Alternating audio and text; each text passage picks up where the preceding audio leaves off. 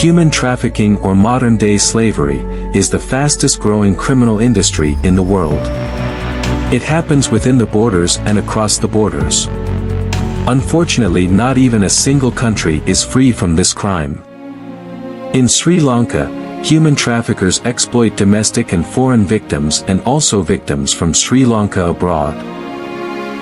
Due to poverty, ignorance, and the false promises of well-paying foreign employment opportunities offered by labor recruiters, many migrant workers become victims of a variety of situations, including, but not limited to, forced or exploited at labor, commercial sexual exploitation, domestic servitude, organ removal, forced begging, and forced criminality. In order to strengthen the coordination and collaboration of all monitoring and combating stakeholders, the government of Sri Lanka established the National Anti-Human Trafficking Task Force in 2010, chaired by the Ministry of Justice.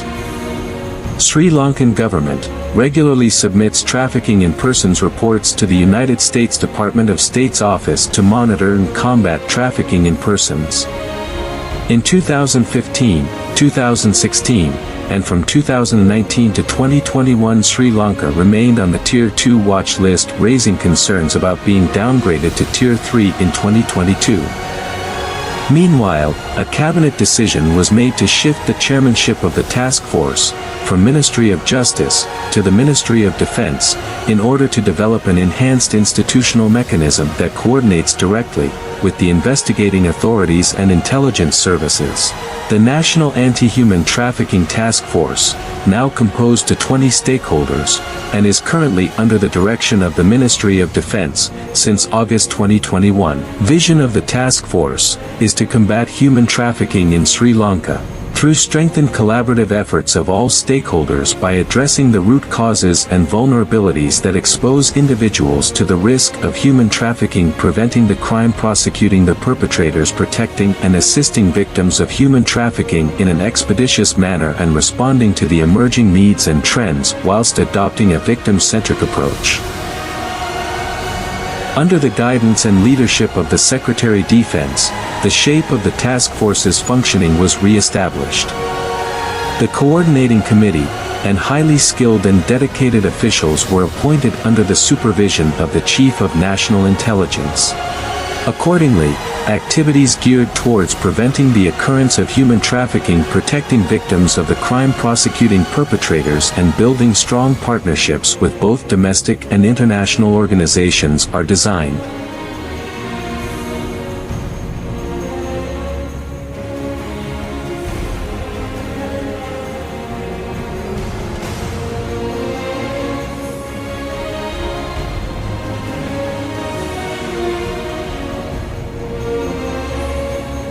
The task force increased efforts in creating greater awareness among officials of the stakeholders and also the community. The task force is conducting many public awareness campaigns through all the media, and the response from the community is getting stronger gradually. The task force is cooperating with the media authorities and has trained one batch of journalists from television networks in Sri Lanka. With full sponsorship and assistance by the IOM, awareness programs were conducted to train the officials, including intelligence officers from the intelligence services and Triforces officers deployed in various parts of the country covering all islands. And also initiated capacity building programs for officials of the stakeholders in order to enhance their capabilities and utilize them as trainers.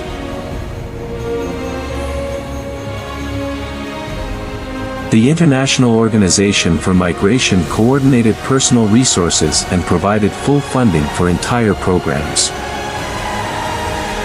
Taking a further step, the task force initiated to establish a hotline in collaboration with the IOM, and IOM trained selected officers to handle hotline operations by improving the professional approach.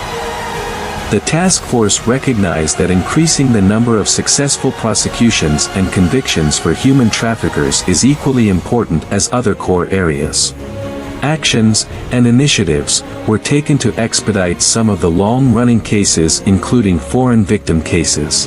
IOM sponsored to send investigation and intelligence officers to Oman, and that lead to exposure huge trafficking network among recruiting agencies and some involved government officials.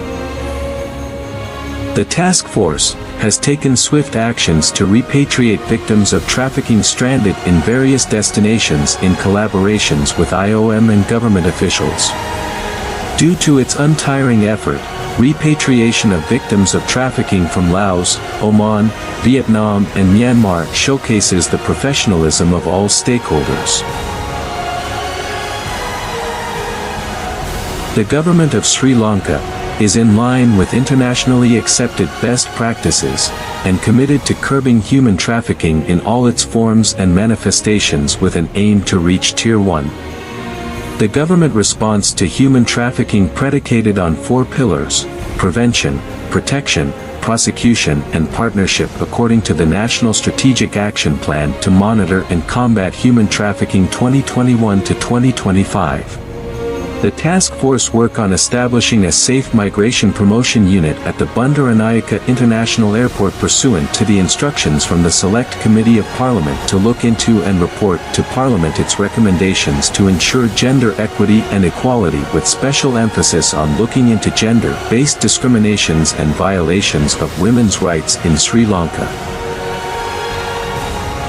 The task force builds partnerships with civil society and non-governmental organizations and encourages to collaborate with the task force in the fight against human trafficking.